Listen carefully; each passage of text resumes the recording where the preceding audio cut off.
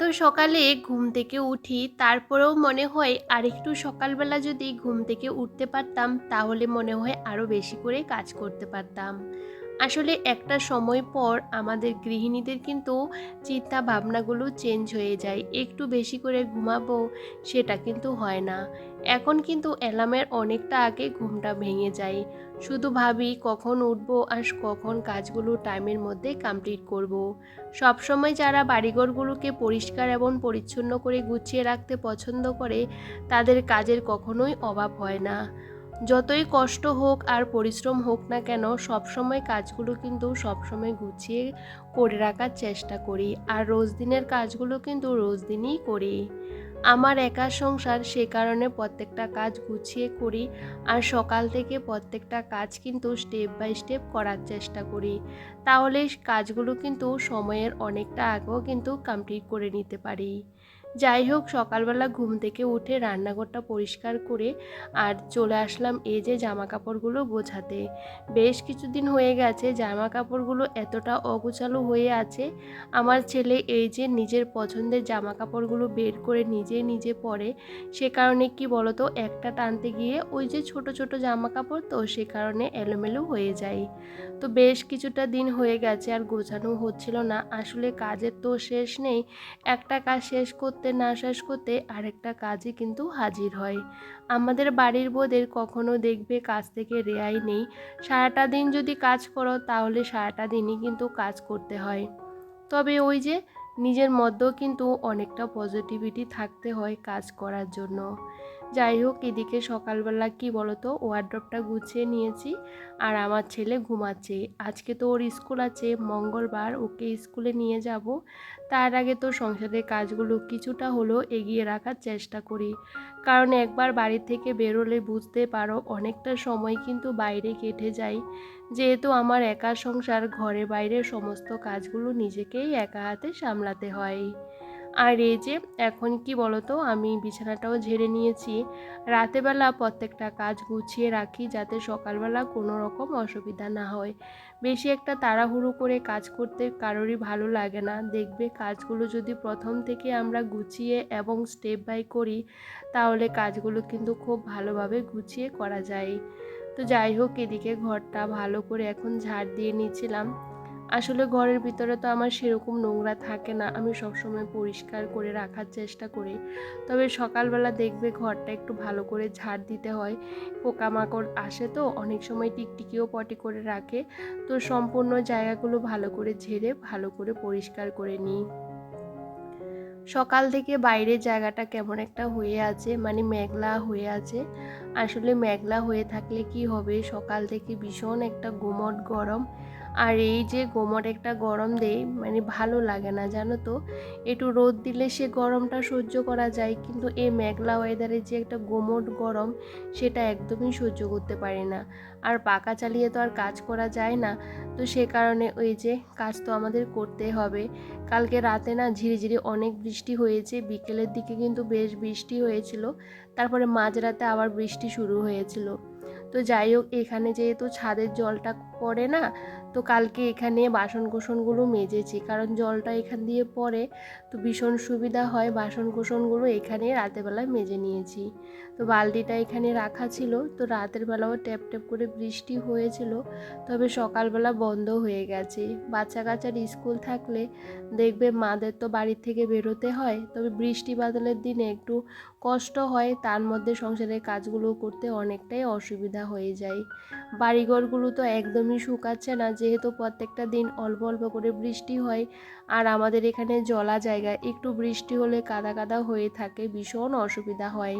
তবে আমার বাপের বাড়ির ওদিকে জানো তো, 5-6 দিন যদিও বৃষ্টি হয় না, একদমই কাদা কাদা হয় না।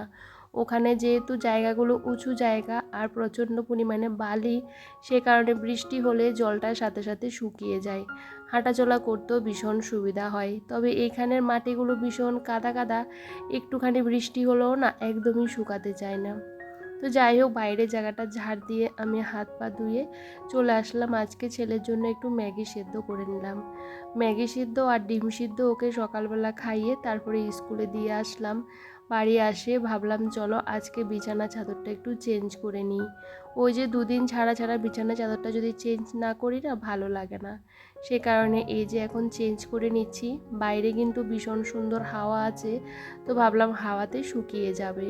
ওই ঘরেরটা চেঞ্জ করলাম না, কারণ দুটো বিছানা চাদর একবারে কাচলে না, তো যদি বৃষ্টি হয় না ভীষণ অসুবিধা হয়ে পড়বে। এখন তো বর্ষাকাল, সবসময় কাচা ধোয়া করলে একটু সকাল সকাল করে নেওয়ার চেষ্টা করি। একটু বেলার দিকে কাচলে কি বলতো, সেগুলো আর শুকাবে না। যদিও বা বৃষ্টি না হলে হাওয়া বাতাসে কিন্তু শুকিয়ে যায়, এগুলো যেহেতু পাতলা আর ভীষণ তাড়াতাড়ি শুকিয়ে যায়। তবে এই যে ঘর দুয়ার পরিষ্কার করে গুছিয়ে রাখতে গেলে একটুখানি তো কষ্ট করতেই হবে। কষ্ট না করলে কোনো কাজে কিন্তু সার্থক আসে না। সেটা যেমনই হোক না কেন, প্রত্যেকটা কাজের মধ্যেই কিন্তু ওই যে কাজের ধরনগুলো আলাদা হয়। যদিও বা প্রত্যেকটা বাড়ির বউর কাজগুলো এক ধরনের হলেও কিন্তু এক এক ধরনের কাজগুলো এক এক রকমেরই হয়, কারণ এক একজনের কাজের সাথে আরেকজনের কাজের কখনো মিল থাকে না, কারণ এক একজন এক এক রকমের কাজ করতে ভীষণ পছন্দ করে। যাই হোক, তোমাদের সাথে এদিকে কথা বলতে বলতে এই যে বালিশের কাভারগুলো চেঞ্জ করে নিলাম, আর বিছানাটাও সুন্দর করে এই যে পরিপাটি করে গুছিয়ে নিয়েছিলাম, কারণ বিছানাটা যতক্ষণ পরিপাটি না থাকে ততক্ষণ মনে হয় যে কোনো কাজই করলাম না। তো যাই হোক, এদিকে দেখো টান টান করে বিছানাটা সুন্দর করে পেতে দিলাম, আর এদিকে কিছু ওই যে বিছানার চাদর বালিশের কাভার এগুলো কিন্তু সবটা ভিজিয়ে রেখে দিয়ে আসলাম। স্নানের সময় সবটা কেচে দেব। একটু ভিজিয়ে রাখলে কি বলতো, কাচতেও কিন্তু কোনো রকম অসুবিধা হয় না। তবে যাই হোক, বাড়ি থেকে তো সেরকম বেরোতে পারি না, সবসময় ঘরের মধ্যে থাকি, আর এই যে সংসারের কাজকর্মগুলি তোমাদের সাথে শেয়ার করি। আসলে কি বলতো, বাইরে গেলেও সেরকম ক্যামেরাটা অন করে আমি ভিডিও করি না, কারণ জানো তো একা বাচ্চাকে নিয়ে বেরোলে ভীষণ পরিমাণে অসুবিধা হয়। আজকেও ছেলেকে স্কুলে দিয়ে আমার টুকিটাকি জিনিসপত্র নিয়ে আসতে হয়েছে, সেগুলো নিয়ে আসলাম। প্রত্যেকটা দিনই কিন্তু আমার এটা সেটা প্রয়োজন হয়, বুঝতে পারো বর বাড়িতে থাকে না, যেটা প্রয়োজন হয় সেটা নিজেকে নিয়ে আসতে হয়। তো সবটা নিয়ে এসেছি, কিছু জিনিসপত্র গুছিয়ে রেখেছি আর কিছু বাইরে রেখেছি, সেগুলো পরে গুছিয়ে নেব। আর এখন এই যে ঘরটা ভালো করে ক্লিন করে নিয়েছি। আসলে ঘর গোছানোর আগে আমি প্রত্যেকটা জিনিস ভালো করে মুছে নিই, তারপরে কিন্তু ওই যে ঘরটা ভালো করে ঝাড় দিয়ে নিই। জানো তো সকালবেলা তো সেরকম ভালো করে বাসি ঘরগুলো ঝাড় দিতে পারি না, ছেলে ঘুমিয়ে থাকে, বিশেষ করে এই ঘরটা। তো ওকে যখন স্কুলে দিয়ে আসি বা ও ঘুম থেকে উঠে গেলে তখন ভালো করে ক্লিন করে তারপরে কিন্তু এই যে ঝাড় দিই। রাতের বেলাও জানো তো ঘুমানোর আগে আমি কিন্তু ঘরটরগুলো ঝাড় দিয়ে ওই যে এক কোণাতেই রেখে দিই। আর এখন দেখো কতটা মানে এটা সেটা বেরোয়, আর ভালো লাগে না। সব সময় গুছিয়ে রাখার পরও কিন্তু যতবারই ঘর পরিষ্কার করবে কিছু না কিছু বেরোয়। যাই হোক, এই যে আমার বেডরুমটাও সুন্দর করে গুছিয়ে নিয়েছি। যদিও বা দুটো ঘরে কিন্তু আমি টিপটপ করে রাখি, সাথে রান্নাঘর। আর জানো তো বাড়িটা ভাঙা হোক আর যেরকমই হোক না কেন, সবসময় কিন্তু প্রত্যেকটা কাজ গুছিয়ে করার চেষ্টা করি। আর এদিকে দাঁড়ানো তো স্নান করে নিয়েছি, সাথে একটু বাথরুমটাও পরিষ্কার করে নিলাম। ওই যে কাঁচা ধোয়াগুলো করলে না আমার আবার কেমন একটা লাগে, তো ভাবলাম চলো একটু পরিষ্কার করে নিই। আর এই যে এখন জামা কাপড়গুলো মেলতে চলে আসলাম। আসলে সকাল থেকে না এক ফোঁটা বসার সময় হয় না, কাজকর্ম করতে থাকি। আসলে প্রত্যেকটা বাড়ির বোরে কিন্তু সকাল থেকে প্রচণ্ড ব্যস্ততার মধ্যে দিয়ে দিনটা কাটে। কাজ দেখবে একদমই শেষ হতে চায় না, কাজের পর কাজ কিন্তু হাজির হয়। তো চাইলে না সকাল সকাল স্নান দান করে পুজোটা করে নিতে পারি, কিন্তু ওই যে বাকি কাজগুলো পড়ে থাকে, সেহেতু সেই কাজগুলোর জন্য আমাকে সমস্ত কিছু গুছিয়ে তারপরে স্নান করতে হয়। তো যাই হোক, এদিকে দেখো আমি কিন্তু মোটামুটি রেডি হয়ে গেছি, আসলে ছেলেকে আনতে যাব। আর দেখো চুলগুলো কতটা ভিজে, তো কি বলতো স্নান করার পর এরকম ভিজে চুলগুলো নিয়ে না যেতে ইচ্ছে করে না। তো যাই হোক, আমার না ও চুল শুকানো কোনো কিছুই নেই, আর সবসময় ওই যে এভাবে চুলগুলো আমি শুকিয়ে নিই। আর এই গরমের মধ্যে না চুলগুলো ছাড়া দিয়ে না কোনো কিছু করতেও ভালো লাগে না। আর অনেকে কিন্তু চুল ছেড়ে কিন্তু কাজ করতে পারে, কিন্তু আমি একদমই পারি না। তো যাই হোক, এদিকে কোনো রকম মাথাটাকে হালকাভাবে আঁচড়ে নিলাম, তো ভাবলাম একটু চা বানিয়ে নিই। চাটা খেয়ে তারপরে ডালটা বসিয়ে দেব। আসলে এখনও ছেলেকে নিয়ে আসার টাইম হয়নি। আমি বাড়ি থেকে বেরোবো ওই যে 10টা 15 দিকে বেরোবো, কারণ ছেলের ছুটি হয় 10টা 30-এ আর কি। তো যাই হোক, আজকে না এই যে মন চাইছিল একটু চা খেতে, তো সে কারণে ওই যে চিনি ছাড়া একটু চা করে নিয়েছিলাম, সাথে সুগার ফ্রি বিস্কিটগুলো আমার এত ভালো লাগে কি আর বলবো। তো সেগুলো দিয়ে চাটা খেয়ে নিয়েছি। আর চাটা খেতে খেতে এই যে আমি কিন্তু মাছগুলো আগে বসিয়ে দিয়েছিলাম, আর সেগুলো কিন্তু ভাজা হয়ে গেছে। আজকে সেরকম কিছু রান্নাবান্না করব না, কালকের কিছুটা তরকারি রয়ে গেছিলো, কাঁচকলা আলু মাছের তরকারি, আবার মাছের ডিমের তরকারিও রয়ে গেছে। আসলে একা মানুষ তো সেরকম একটা রান্না করলে সেটা রয়ে যায় মোটামুটি। তো ভাবলাম আজকে ছেলেকে মাছ ভাজি দিয়ে আর ডাল দিয়ে খাওয়াবো, সে কারণে একটু মুগ ডাল রান্না করছিলাম, আজকে আর মসুরের ডালটা রান্না করছি না। আর এদিকে ডালটা সেদ্ধ দিয়ে এই যে কোটো কাটাগুলো আমার খালি হয়ে গেছে, যে জিনিসগুলো আমার শেষ হয়ে গেছে সেগুলো এখন রিফিল করে নিলাম। তো যাই হোক, এদিকে জানো তো ডালটাও আমার ফুটে গেছে। তো দেখছি, ভাবলাম চলো ডালটা ফোড়নে দিয়ে দিই। আর যেহেতু বেশি কিছু রান্নাবান্না করব না, আগের তরকারি রয়ে গেছে, সেগুলো কিন্তু এক পাশ দিয়ে আমি গরম করে নিয়েছি। আর সাথে কিন্তু আমার কিন্তু ডালটাও কিন্তু ফোড়নে দিয়ে দিয়েছি। আসলে কড়াইতে ডালটা রান্না করলে না খেতে ভীষণ ভালো লাগে, তবে যদিও বা একটু ঢেকে দিলে কিন্তু মোটামুটি তাড়াতাড়ি সেদ্ধ হয়ে যায়। যাই হোক, কালকের যে তরকারিটা রয়েছিল সেটাও আমি গরম করে নিচ্ছিলাম। আর এদিকে কি বলতো, বাড়ি এসে কিন্তু আমি ওই যে বাদবাকি কাজগুলো করেছিলাম, হঠাৎ করে দেখি টাইম হয়ে গেছে ছেলেকে নিয়ে আসার, তারপরে নিয়ে এসে ভাতটা বসালাম। আর এদিকে কালকের তরকারিটা একটু গরম করে নিয়েছি। যাই হোক, এদিকে দেখো রান্নাবান্না হয়ে গেছে।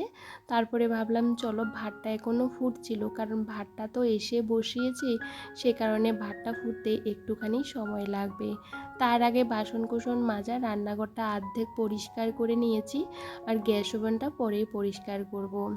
আর এদিকে ছেলেকে বাড়ি নিয়ে আসার পর ওকে কিন্তু আমি স্নান করিয়ে দিয়েছি, তারপরে ওই যে ওকে একটু লেবু কেটে দিয়েছি। ও স্কুল থেকে এসে বলবে আমাকে কিছু একটা দাও, কিছু একটা দাও, তো ওকে এভাবেই আমি কিছু একটা দিই। তো যাই হোক, আমার মাম্মি শাশুড়ি আর আমার দেওর এসেছিল আমার ভাসুরের বাড়িতে, আমাদের বাড়িতে আর আসেনি, যেহেতু একটুখানি দূরে। তো ওনারা আসার সময় মিষ্টি এনেছিল, সে মিষ্টিগুলো দিয়ে গেছিলো। তো যাই হোক, ছেলেকে দিলাম মিষ্টি, আর সাথে আমিও খেলাম। আর এদিকে দেখো রান্নাবান্না করে রান্নাঘরটাকে খুব সুন্দর করে গুছিয়ে রেখেছি। প্রত্যেকটা দিনে একটুখানি সময় হাতে নিয়ে কাজগুলো করে নেওয়ার চেষ্টা করি, পরের জন্য কোনো কাজ আমি ফেলে রাখি না। স্কুল থেকে এসে আমি এক ফোঁটা বসিনি, কাজগুলো দেখবে শেষ করে নিলে তারপরে একটু বসলেও বেশ ভালো লাগে। কাজকর্ম ফেলে রেখে বসে থাকতে কারোরই ভালো লাগে না। রান্নাঘরের কাপড়গুলো কিন্তু এরকম নোংরা হয়ে যায়, তো কদিন পর পর গরম জল দিয়ে আমি ভিজিয়ে এভাবে পরিষ্কার করে নিই।